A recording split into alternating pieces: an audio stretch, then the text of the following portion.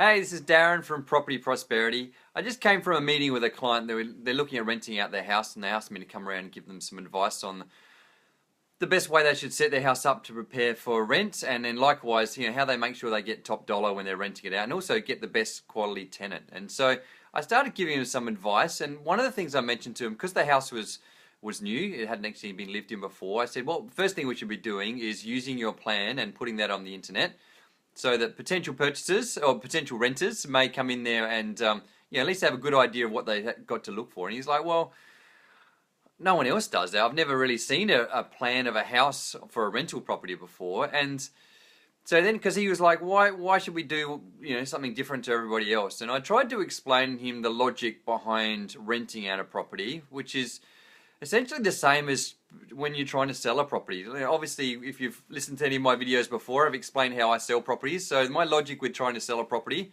is I believe that no one's going to buy a property unless they've seen it. And so my whole thing is, if the more people I can get to come and look at the house, the more chance I've got to get of someone come and buying the house, essentially. And obviously, the more people that come and put in offers, the more chance of getting more money for the owner, essentially. Hey, Kerry, thanks for joining. And so that's my logic with selling. Get lots of people to come look at the house and basically make them fight for it. So hopefully we can get more money than they otherwise would.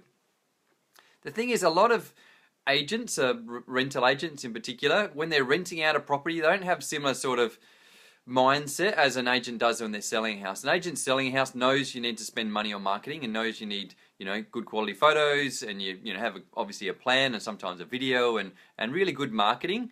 Whereas when they're renting out a house, because it seems like a relatively small amount of money when you get renting out a property compared to when you're selling a property. Obviously, you're selling a property, it might be $400,000 or $500,000, and obviously the difference between getting a little bit more and getting a little bit less might be $50,000, $60,000. So you can sort of justify spending a few $1,000s on marketing, and because then you see how that's going to put that money back in your pocket. Whereas if you were to spend hundreds or thousands of dollars on marketing for a rental property, then you'd say, well, at the end of the day, I'm only going to rent it for $400 a week or $500 a week. So I don't want to be spending, 2, 3, 4 weeks rent on marketing this property, in the sense that, that's a lot of money to give away. So why don't I just take some photos myself and just put an ad on the internet or put an ad in the paper?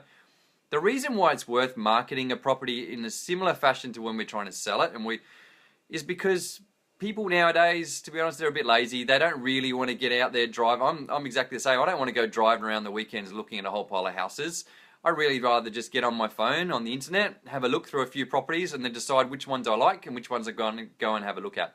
Now, if we use the logic of the more people that come and look at it, the more chance we got of renting the property, then the better we present the property on the internet, the more chances we're going to have of people coming to have a look at the property. So my number one thing is obviously try and present the property as well as possible. So obviously making it really clean is one thing.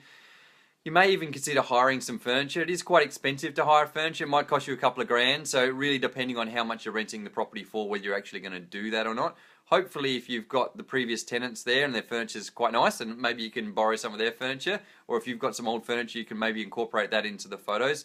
The next thing is to have some really good quality photos. People are apprehensive to use professional photos for rental properties because they're saying, well, what benefits that going to cost? And it might cost a couple $100s to get some professionally done photos, but the difference between some photos taken on your iPhone compared to some professional quality photos is going to be massive. And what that's going to mean, if people are making their decision based on the photos, which a lot of people do when they're looking on the internet, then that could be the difference between having a really good tenant come and have a look at your property, or having a really good tenant deciding they can't be bothered and they don't come.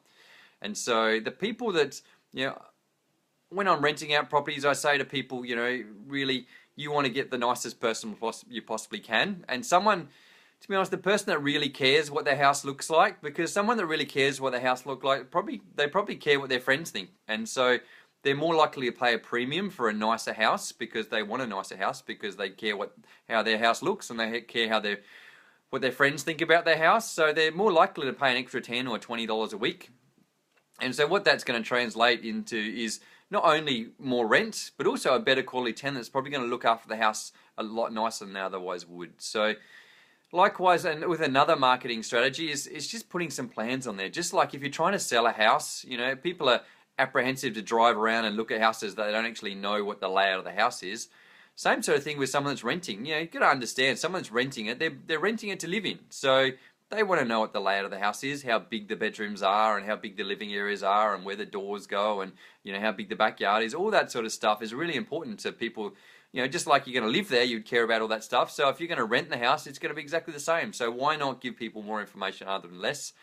People make the assumption if you haven't got a plan there, then it must be a bad plan, or if you don't have any photos there, then there must be bad photos. So my advice to you is the more information, the better. Particularly if there's nothing wrong with your property. And like this client that I went out and looked at the house, it was a brand new house. It looked amazing. They had a great plan, a great layout. It would have come up with some great photos. So why try to keep it a secret? So, hey Alexi, thanks for joining. So yeah, definitely, if you're trying to rent a property, it's definitely worth spending more money. Not only because of the fact you might rent it for some more, more higher rent per week type thing, but also the fact is just having a better quality tenant can literally save you thousands of dollars and huge amounts of heartache. By having a good quality tenant, one that's going to pay your rent on time and not trash your house. You know, the worst thing in the world is a tenant not paying your rent. You know, if say it's $500 a week, and before you know it, that's 1 week gone, that's $500, 2 weeks gone, that's $1,000. And obviously you can start taking them to court and you can do a whole pile of different things, but it's a massive hassle. And even then, it's still quite hard to get your money back at the end of the day. It's quite easy for your bond to get eaten up by defaulted rent, and then all you need is for some damage to happen down the track as well, and before you know it, your bond money that you had is not covering all the costs associated with the lack of rent, as well as all the effects of damage to the house and all that sort of stuff. So I would not rely on the bond to try and cover any issues associated with a tenant. I would more focus on, let's get a really good quality tenant that's going to look after the house, that's going to pay the rent each week. And so the better quality tenant is really going to come from the more choice of tenants. So the more people that come along to your open inspection, the more chance you got to get choosing the perfect tenant for you. At the end of the day, if you've got 100 potential tenants come along, then you can pick out that one perfect tenant out of 100. Whereas if you only have 2 potential tenants that come along, you've only got a choice of 1 out of 2. And so the chance of you getting the perfect tenant may be a bit lower than otherwise if you had 100 to choose from. So hopefully you understand my logic behind why it's really important to market your property really well if you're renting it, and how it can actually save you thousands of dollars, but also save you a huge amount of heartache. If you've considered renting, or you're considering renting now, then perhaps if you want to share this out to your friends, and hopefully they find it really interesting. If you've had an experience in the past where you've tried to market your rental property and you've done something a little bit different to try and attract the perfect tenant, or likewise maybe you wish you'd had to try a little bit harder and put some better photos in there or some plans in there, and you're a bit disappointed with the quality of tenant, I'd love to hear about it. So put a comment in the comment box. Or if you've got something you'd like me to talk about in a future episode, then put a comment in there. I'm more than happy to chat about anything related to property. So thanks guys for joining me, and I look forward to talking to you again next time. Thanks.